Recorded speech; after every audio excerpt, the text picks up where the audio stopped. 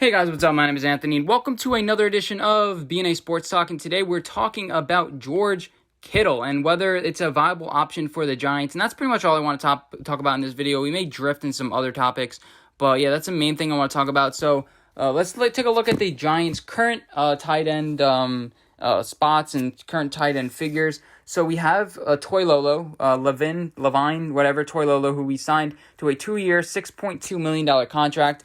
I think it is easily workoutable, easily able to work out. Like next year, he's a $2.9 million cap hit next year, but there's no dead cap for cutting him next year. So you can easily work out of his contract, but he's going to be there this year. He's going to be an amazing blocker. But apparently, before we get into that, Evan Engram. So Evan Engram, he's going to be apparently a more wide receiver. He may develop into a wide receiver this year. We'll see how he does there. He needs to stay healthy. We picked up his 5th-year option, remember, along with Jabril Peppers. So we'll see. We'll see how good he does this year. But what if he doesn't? What if he remains injured and he remains unreliable for us? I think he's great, but it feels like every year it's just like he's going to break out. He's going to have an amazing year, but, you got to show it in the NFL. It's all about results. And we also have Caden Smith. We actually got from the 49ers, so we have 2 tight ends right now from the 49ers. Imagine we get our third. Imagine Evergreen going, we trade him or whatever, and then we get a third. Yeah, that'll be so funny.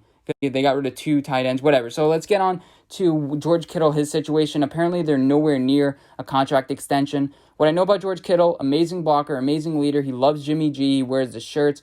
He's an amazing cheerleader. As far as fit on the team, I think him and Joe Judge could work. Now, it may get a little bit irritating. Saquon Barkley, Daniel Jones, who's the true leader? We saw it was a little bit awkward with Eli Manning and Saquon Barkley, who's the leader. Who's the leader now with Daniel Jones? I think Daniel Jones has the fire. He can really work with a George Kittle. George Kittle is a top 7 player in this league, at least top 10. And, so he's at the peak of his powers. I'd pay him $15 million. You cut Nate Solder and you place Nate Solder pretty much with a George Kittle who's just as good of a blocker. You can put him in at left tackle, but he's also an amazing pass catcher. He can get those extra first downs and move the chains. He's just an overall solid player. I don't see him regressing very soon. I think that he's been really helpful for the 49ers. He struggled for the first couple years with wins and stuff, but he was dealing with Nick Mullins, and he still got 1,300 yards. He was very reliable for those guys, and I think he can be very reliable for Daniel Jones in his development like that. I think, as far as in this offense, I'm not too sure Jason Garrett's offense will really work.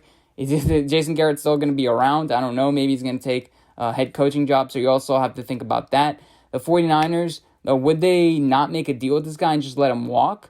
I really don't think that's likely. You're going to come out with some deal with him, a franchise tag him next year, something to keep him on the roster. So the Giants will most likely have to give up assets for him.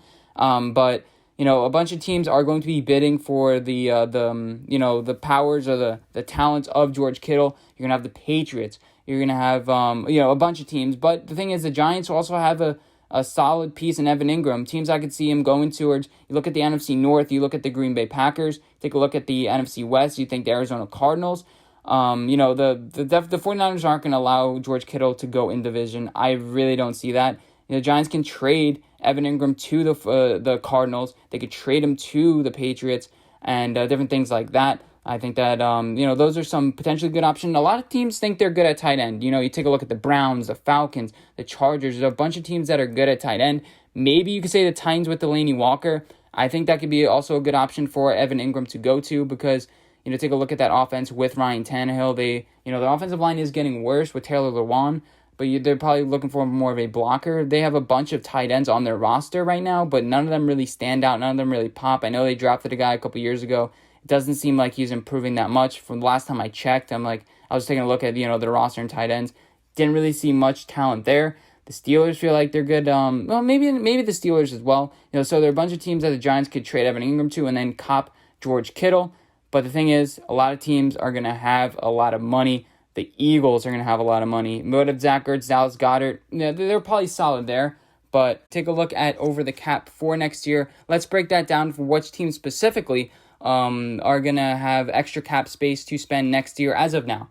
You're going to have the Colts that are looking for a guy. Their tight end roster right now isn't looking too good, so they may be looking for a guy like George Kittle, especially to work with a Phillip Rivers if he plays next year.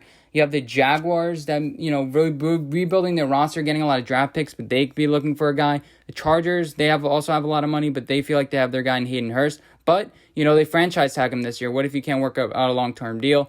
You also have the Redskins. So the Giants are competing against a lot of teams for the talents of George Kittle. He would help out our offense immensely. Maybe a little bit awkward, like who's the leader. But let me tell you, Daniel Jones, Sterling Shepard, Saquon Barkley, and George Kittle would be an amazing combination. I'm happy thinking about it. And the top teams I could see us trading, Evan Engram to, teams like the Patriots, Cardinals, Packers, teams that are looking for guys.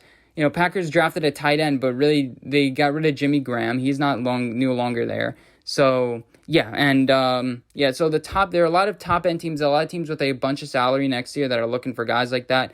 Looking for a George Kittle. It's going to be very competitive. But before I start rambling and stuff like that, let me know what you guys think. I'll give you time to think. What do you guys think about getting a guy like George Kittle? I'd give it like a 5% chance. I don't think it's going to happen. It's one of those far-fetched things like the Giants are going to get Juju Smith-Schuster next year. Really? And we never end up getting those guys. We end up getting like the Blake Martinez's, who are solid guys, but just like, we never end up getting those splash guys. There's always teams like the Jets that feel like get the Matt Fortes of the world and stuff. And that's fine. I don't really care. Have Matt Forte or you want.